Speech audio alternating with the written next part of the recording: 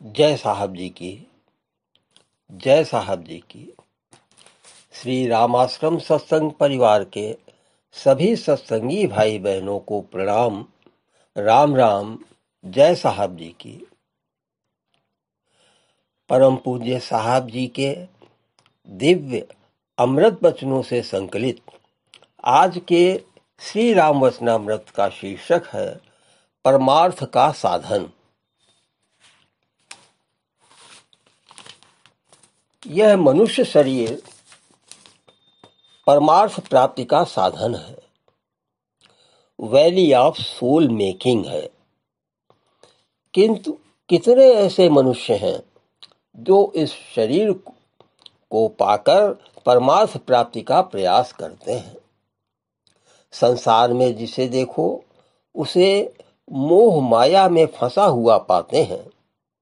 कोल्हू के बैल की तरह दिन रात चक्कर काटते रहते हैं। उसे परमार्थ प्राप्त करने की फुर्सत ही नहीं मिलती। यह कहना तो अतिशयोक्ति है, बल्कि यह कहना चाहिए कि परमार्थ प्राप्ति की ओर उसका ध्यान ही नहीं जाता। यदि उधर ध्यान हो तो उसके लिए कुछ प्रयत्न और प्रयास भी किया जा सकता है। मनुष्य कब और किस प्रकार उस ओर परमार्थ की ओर अग्रसर हो, यह प्रश्न स्वभावतः पैदा होता है। बात यह है कि जब मनुष्य संसार के माया जाल में फंसा हुआ दुखी होता है और सुख की तलाश में कभी यह करता है कभी वह करता है, अर्थात 5 ज्ञानेंद्रियों द्वारा सभी विषयों को भोगता है, जिस ओर उसकी प्रवृत्ति होती है, किंतु तनिक देर की तृप्ति और क्षणिक सुख के बाद फिर वहीं का वहीं पहुंच जाता है। उसको कहीं शांति नहीं मिलती।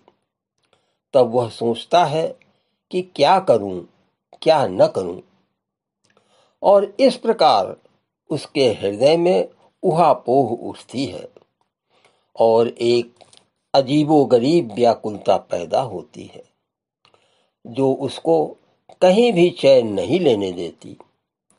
वह कभी किसी से वेदना, दुख और पीड़ा का रोना रोता है।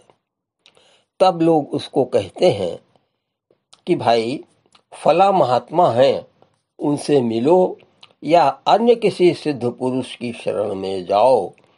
इस प्रकार वह महात्माओं व अन्य सिद्ध पुरुषों के पास जाने लगता है और सत्संग का अवसर पाकर कुछ शांति और सुख का अनुभव करने लगता है।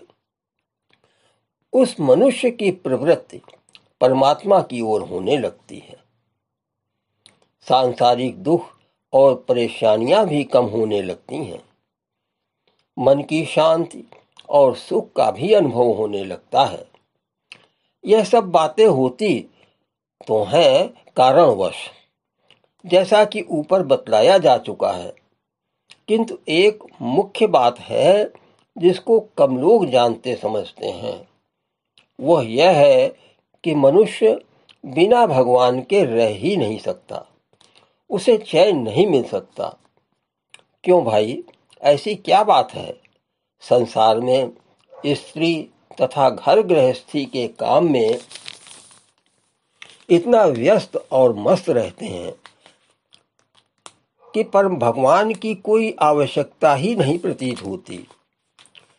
बात कुछ हद तक ठीक है, किंतु जब वह दुख से घिरता है तब तरह तरह की परेशानियां आकर उसे तंग करने लगती हैं।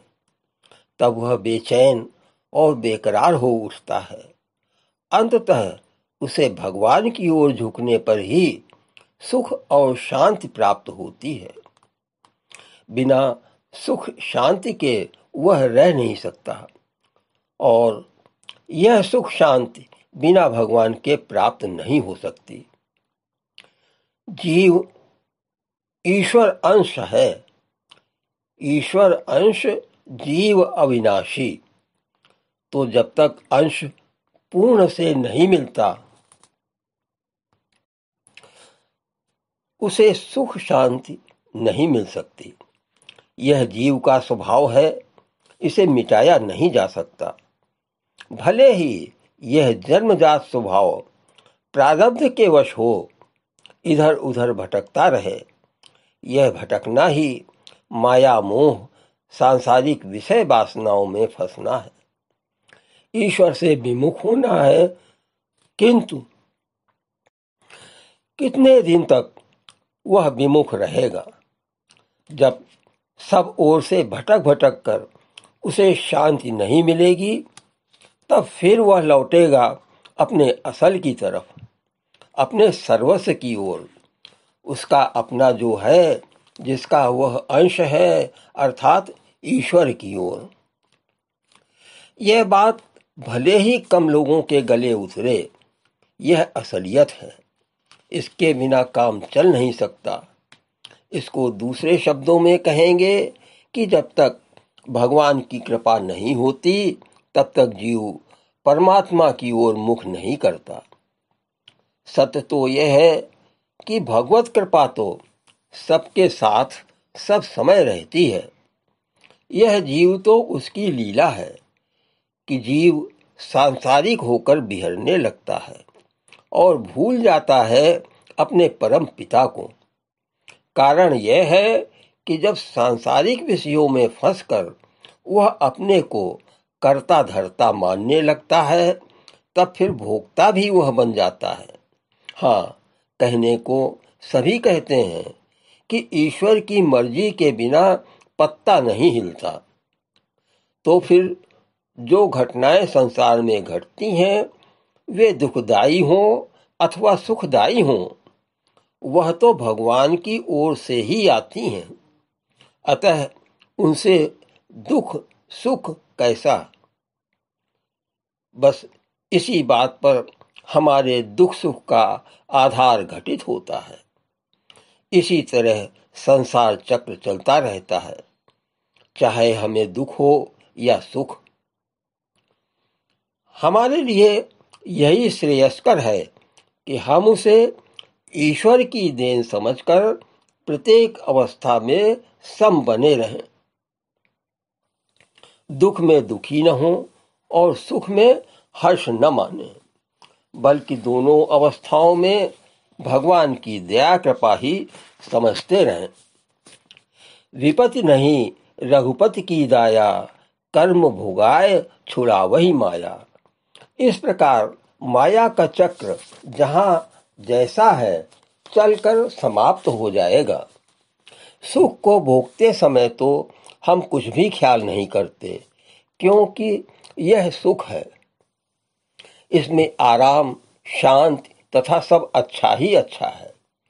सुख में हम कर्ता धर्ता अपने आप को मानकर चलते हैं, या अपने इष्ट मित्र कुटुंबी अथवा माता पिता स्त्री पुत्र आदि की ओर से मानकर सुखी होते हैं, उनसे प्रेम बढ़ाते हैं, उनका आभार मानते हैं।